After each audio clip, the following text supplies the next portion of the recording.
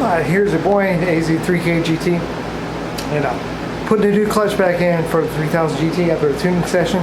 I pulled the old clutch out yesterday. Yeah, she kind of done. Let me show you. This here is the old clutch. The pads are completely gone. Kevlar side lived, but it looks like the engine just absolutely destroyed the more OEM side of the clutch. It's pretty much smooth. You can just see a faint outline of where the pad used to be, but there's basically no pad there. You just show your finger. Here, there's nothing. So it well and truly smoked that clutch. So I'm in the middle of the process of putting in the new one. I got the upgraded Stage 2 Plus clutch. So it's got Kevlar on both sides, which should hold up to the abuse of the new inch of basically the engine after the tune. So there you go, let me show you. New clutch going in, it's got that Kevlar on both sides, and how you see before it didn't have the Kevlar on the pressure plate side. So now this one does, so it should have some more holding capacity. It should be rated to 450 foot-pounds where the old one was 400. So in the process of doing it, so give me a minute and we'll be back rolling again. I'm hoping to have the transmission in today so I can just button it up tomorrow on my day off. How about it? There it is, new one going in. Hopefully it's the last time we have to pull this transmission. At least for a while, at least. Alright, got the new Stage 2 Plus clutch in. Now it's time to put on the transmission. And hopefully that'll be the last time we pull this transmission out for a while. I got the GT up running around after the tune. I've been driving it at least somewhat regularly. Went to go get gas in it today. Now this got fresh fueling. Like, you know how it was in the tuning video. If you're familiar with the tuning video, go watch it. If you haven't, it would struggle to start up. Well, that's because it had old gas in it. Promise you that was it. Now that I put fresh gas in it, it fires right up like it used to. So it was definitely that old gas. The old 260 GT was probably 6 months to a year old at the time that the tune happened. So I got some new parts coming in for it. I got a Haltech GPS sensor. Basically it is for the speedo, tell me how fast I'm going.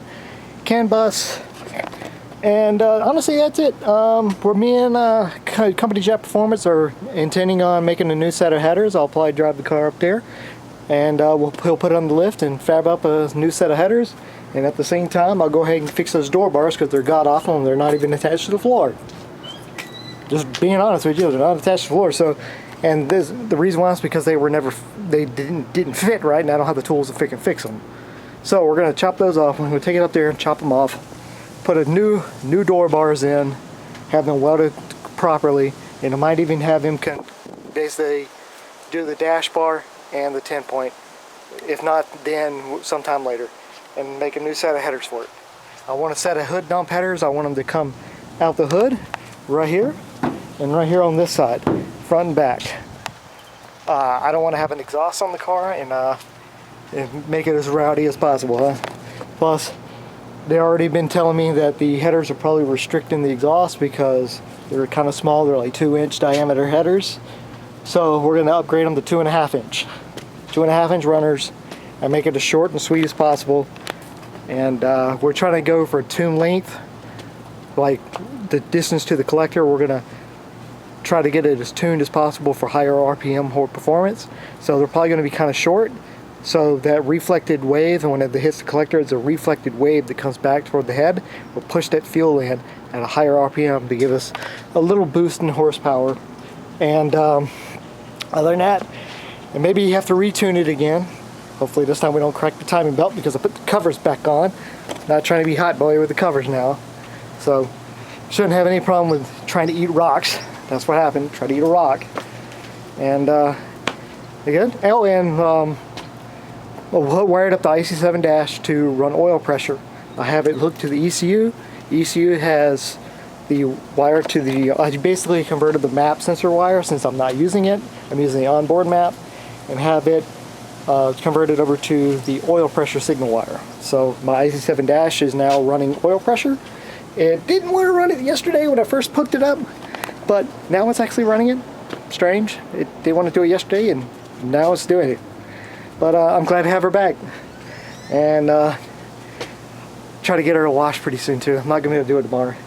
It's getting late and it looks like it's about to rain, so there's no point in washing it off. But Friday, actually, you know what? Tomorrow I close. I can actually get it done tomorrow. Yeah, that's right. I close tomorrow.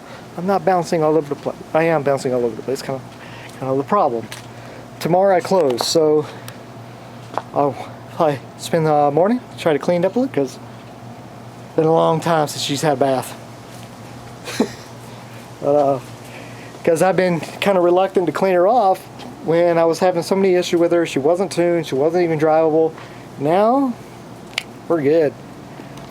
She runs like a scalded dog, we'll say. So I'm happy. I parked her up here on the pad like I used to. Let's see. Oh yeah, here she goes. Old dirty girl. Put her up here on the pad. Get that dash up in there. Oh yeah. Mitsubishi, gotta have to remember the Buster sticker. Yeah, she's a little rough, but clean her up a little bit and we'll be good.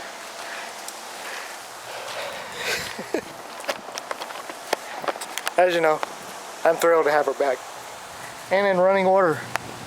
It's been a while. Put a new battery in her, hooked up the IC7 dash to run oil pressure instead of relying on a gauge.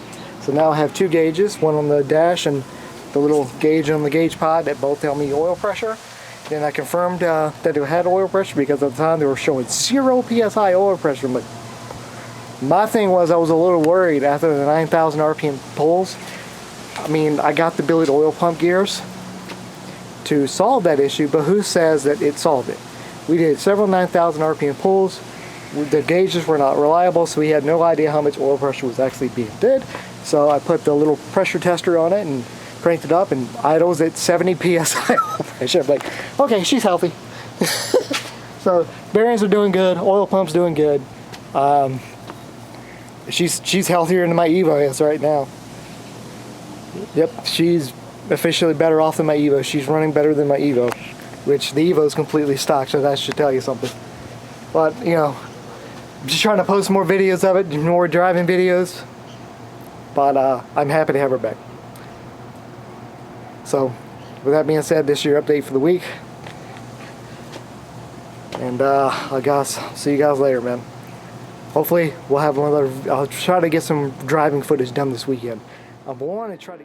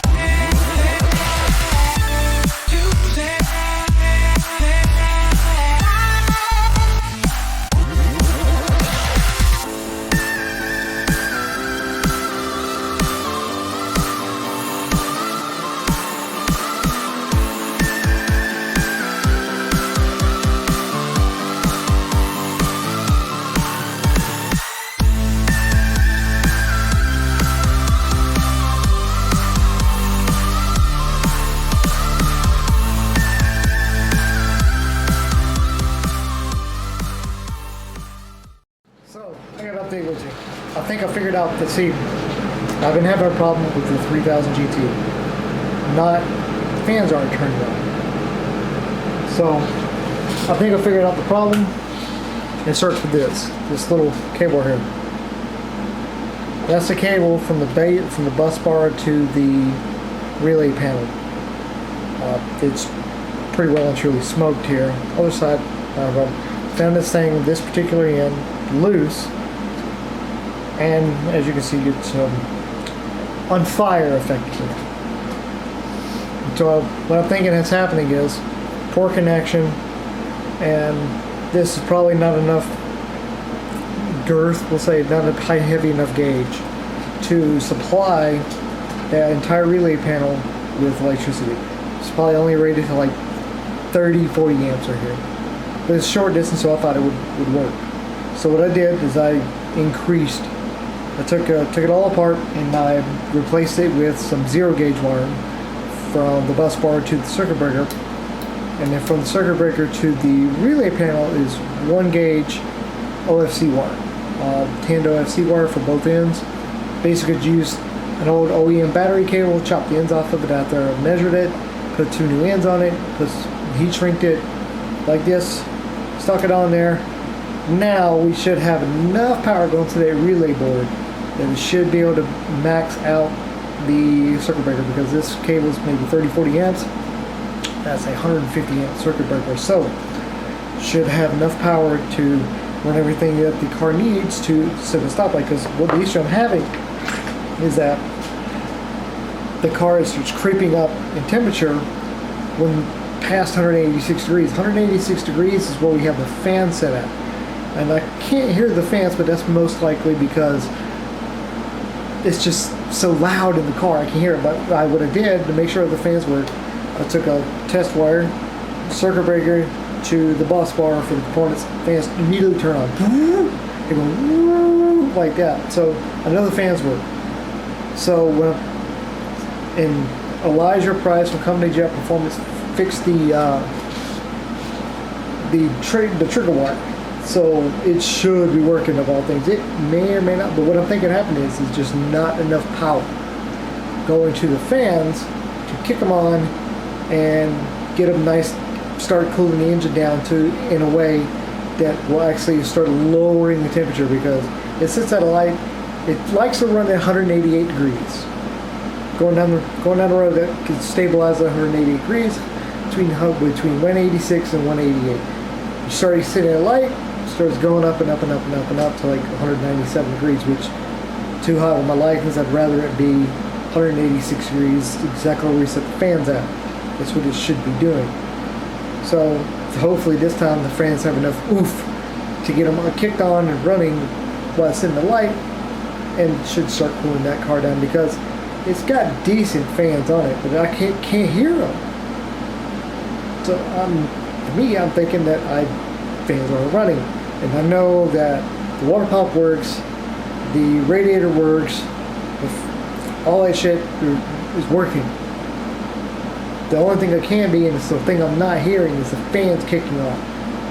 And I'm thinking it just wasn't enough amperage to keep the brake lights, the fuel pump, the ECU, the GPS, everything the car needs, because all that shit goes to the relay panel.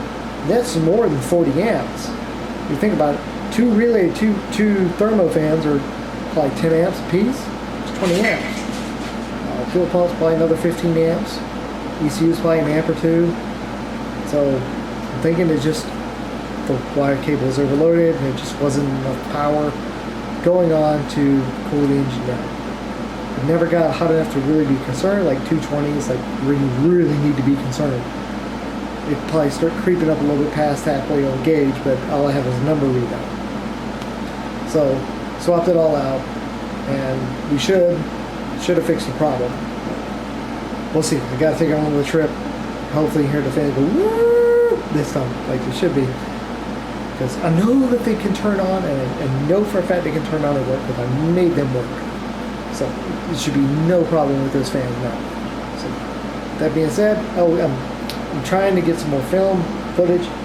The issue is today I was going to do it. I was going to do some in-car POV footage. Started raining. I need to get out because I don't want to be driving the car out in the rain for some reasons. Like no windshield wipers, or windshield wipers don't work. They never work very well. But I was like, oh, drop everything, get the fuck out of there before it starts raining and I get stranded here. So I didn't get to do the footage. So then it was also starting to run hot. I was more worried about making sure the damn car wasn't going to be running too hot, so I didn't really beat on it on the way home. But dude, it's a fucking riot, man. It's a riot. You get up and you're like, especially first, second gear, you rev it all out and let it drop, and you go pow, pow, pow, pow, pow, boom. Going up under the bridge or something like that. And I had a couple people that were really, really excited to see, but like they were like literally turned 180 degrees in the car, waving at me like, fuck yeah! like, yeah, and just pointing it. It's like, okay. I appreciate it. And then they went around me and they got to my left-hand side and they turned. I guess they were turning. But at the same time, they were both just, it was a couple. 2 people, man and a wife. Looking at me like, yeah. It's like, you don't see these things running around up here in Arizona. The ones that you do are all stock. So it doesn't surprise me, but at the same time, it's cool if people appreciate it. So bear with me on the whole getting everything sorted out. Hopefully those fans turn on. I can watch those temperatures start to go down. Because think about it. I want to go to Fuel Fest and then go to IFO. IFO is where I'm going to try to put on the drag strip. That's the plan. Is to go to the IFO down there at Firebird Motorsports Park, which will be springtime or wintertime next year around February, March. Fuel Fest is December 7th, but there is no racetrack there. And so, there's no time that we had, but I want to put the car in there for the car show. I know it's not going to win because it's not a super clean, immaculate build. It's a backyard build, fucking shitbox race car out there, but to me, it's a lot of work that I put into it, and I still think it looks cool. It's just in that tin can shitbox race car appeal, which appeals to me, but it's also it's Mitsubishi. It's freaking Fuel Fest. All the people from Fast and Furious. Tyrese Gibson was there last year. Han, Cody Walker was there. Paul Walker's freaking brother, he was there. So of course, I want to bring my built car in there instead of my Evo, which is basically my stock daily driver car. So I was so disappointed when I had to take the Evo because I paid $120 for those tickets to be able to put my car on the grass. And I wound up being right at the front gate too. So this year, GT's tuned, seems to be running good. Just iron out some tweaks and here and there, but other than that, as soon as if I can figure out the heating issue, then I don't have to worry too much about it sitting in line, getting to the gate and paying for my tickets and stuff like that. The car would just run smooth and get all the way to the gate, and I'll be able to park it and pop the hood up because, bro, that engine, like, I went to a Cars and Coffee. I got footage of the Cars and Coffee for this video, which I'm going to play for you guys after this little intro. Dude, that Cars and Coffee, that car draws a crowd because it's like the only modified car there. I'm like, there's modified cars there, but it's mostly wheels, exhaust, intake, lots of aesthetic stuff, lowered, stickers, lights, that kind of thing. But nobody took and just gutted the car out, put a roll cage in it, which I'm going to redo the roll cage. I don't like it. I'm not satisfied with it. It's the one thing that bothers me the most. The welds are just shit. I'm going to completely take it all out, have a shop put it in, and do a real nice 10-point roll cage on it. Now, back to that. You roll up to that car, when everybody most people have stock cars, a lot of aesthetic cars, you pop the hood on the thing, and that thing, there's 20 people around you within a couple of minutes. And then people ask me, what did you do to the thing? And like, for me, since I did all the work, I can get down into the nitty-gritty about what was done with it. And people are like, holy shit. I'm like, I'm not lying to you. I can tell, like, I open the doors, I can show them the new body harness, the Haltech ECU. I pop the hood, there's coil-on plugs, I got the Holley intake sitting on the engine. I'm like, I ain't gotta like exaggerate what I did to the car. It's all right there, right out in the open. You can see it. The only thing you can't see is the high compression, the big cams, but when I fire the thing up, oh, like that from here, you can hear the cams. It's like I'm sitting there in the red, boom, start popping and banging in the parking lot, like, which didn't really want to do that, but it's like, it's so easy to do it now. It's like, boom, like, it's fucking hilarious. And then I left. That thing is so touchy, and it can break, it can do wheel speed, it can burn out so quickly and so easily. I go to pull out, the guy's like, let me hear it. I'm like, okay, so I just, boop, that's it. And it just, it just, fucking burn the wheels off of it. Like, this thing is so easy. It's hard to drive because you can't give it 100%. You can't. It's like you have to get it way up into gears before you can start giving it 100%. If you breathe on that throttle pedal in first gear, it just rips the front wheels off. No freaking traction whatsoever. But oh my God, is it funny? It is so freaking funny. It just it's worth it. Yeah, no traction. Probably not going to win any races. You just start from a dead stop, but it's still hilarious. And the car just pulls like this, and then but you gotta shift it because you let off that throttle pedal in first gear. It's like solid engine mounts, LSD, lightweight flywheel. It just the car tries to make you the steering wheel without getting into a collision.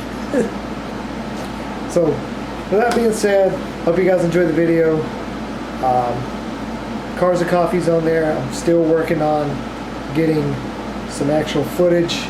Oh, and I did a couple of roll races too against a couple of boosted cars on the way home. Volkswagen Golf GTI and a Challenger. Barely beat the GTI, which boosted big turbo GTI, which I wasn't even really trying to. Lewis still had more than half the throttle pedal left. I was mostly, just having a little fun with it at the time. But he would try to take off, and I'd try to catch up. And it wasn't a race, but kind of was. Take off. This man,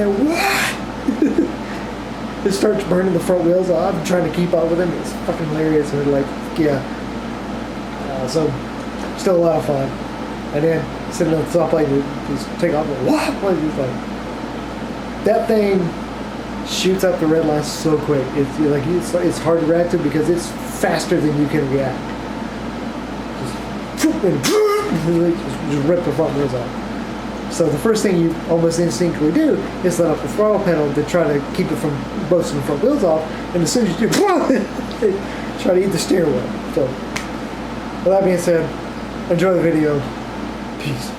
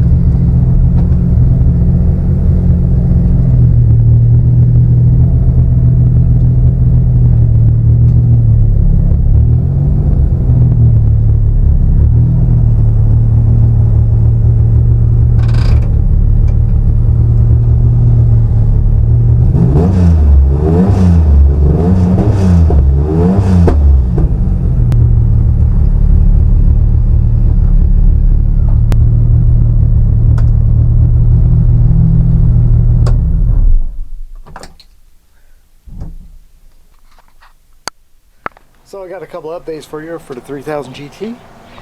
I took it on a little test drive. You saw it after doing some work to it.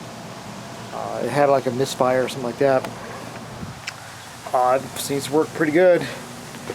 So the other news is I have a water methanol kit coming in the mail. Should be here it was a Sunday, so today's Friday, should be here Sunday. It's a Snow Performance Stage 1, which I'm not going to need the full kit because I'm not going to use their inbox controller, because my Haltech ECU can do the exact same job. So what all I'm doing is I'm going to use one of my open spots on my relay board, which I have a completely open spot, and use my ECU to run the relay to work the controller. Basically my Haltech is going to be the controller instead of the inbox control system. So we're going to see, it's more like an experiment. I'm not exactly sure what kind of results I'm going to get out of it.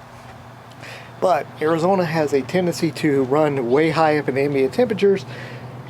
In general, thought is, anytime you can lower the temperatures down of the intake charge, combustion chamber, stuff like that, up to a certain point at least, that you can make more power. And with this car here, you know, being able to cool down a lot of the combustion chamber, that you should be able to make your car will run cooler and make more power. So I'm going to I already bought the water methanol kit, and we should be seeing that thing soon, and we'll see what kind of results got in. Obviously I'll have to retune the trowel. It's going to come by and retune the car, and we should see how it's going to be. But I'm excited to put this in there. It's only the basic 3-quart bottle, which, to be dead honest with you, I don't really beat the shit out of this car, probably like most people would. So 3/4 or a gallon will probably last me a good while. Because right now the main thing is I'm trying not to break this car, because I plan on being up there at the Scottsdale Fuel Fest December 7th. If any major catastrophic failures happen, well, I'll be out of the money that I spent to pay for the tickets, and I'll have to drive the Evo again, and I really don't want to drive the Evo again. So yeah, you know, forgive me for not beating the crap out of it, especially considering I have no reason to at the moment. I have every reason to not beat the crap out of it. So it is what it is. I'll play around with it, have some fun with it. I still plan on racing, but there's some things I gotta fix, like the roll cage, before it can be certified to go through it, which I plan on fixing that. Me and Elijah from Company Jet Performance, we're gonna fix that roll cage, replace the door bars. We're gonna make sure it's all good and solid to go, and then we'll definitely put it up in there. And I want to convert the car to a 10-point cage, get rid of the OEM dash bar, because that's still in there, make some brackets, put the dash that I have in there currently in, chop it off, chop the original door, but the OEM dash bar, cut it off, throw it out, convert the entire car to a 10-point roll cage, and we're gonna send it with that. We're gonna convert the roll case like it should, probably put in a fire suppression system instead of just a fire extinguisher, and then we should have a good enough car to go track days and stuff like that. So I think that'll be cheaper than making a set of headers, which right now headers are fine on it. This is a nice to have, not a need to have. I think that's what I'm going to do.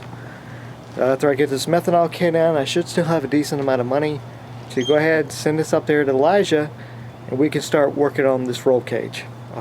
I might even maybe do it, actually I'll let him just handle that, convert it over to a 10-point roll cage, weld everything up solid, because the door bars suck ass. I fucked that up entirely, so it's on me. So that's the update for 3000 GT. If you want to check her out, I have her right behind me. And I'll even give you an update on the Evo. Ever since I replaced the plastic clutch master cylinder with that car, phenomenal car. I've never had an issue with it. It does seem to chew through batteries though. Here you go.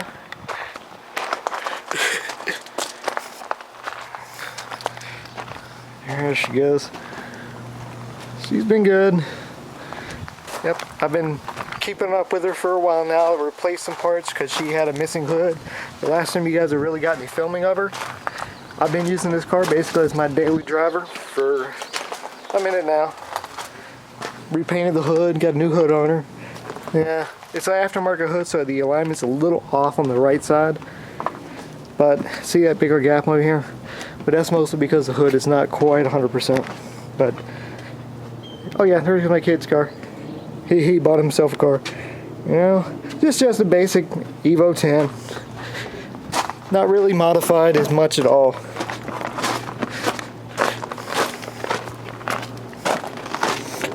See, Fuel Fest. I was there, front row, right where the gate. There was like 3 Infinities they put it straight where they were supposed to be angled. So I was like the first one in that row that did it right. Hi, you can see me right there.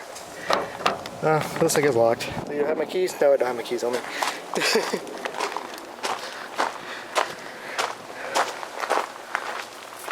But yeah, that's her.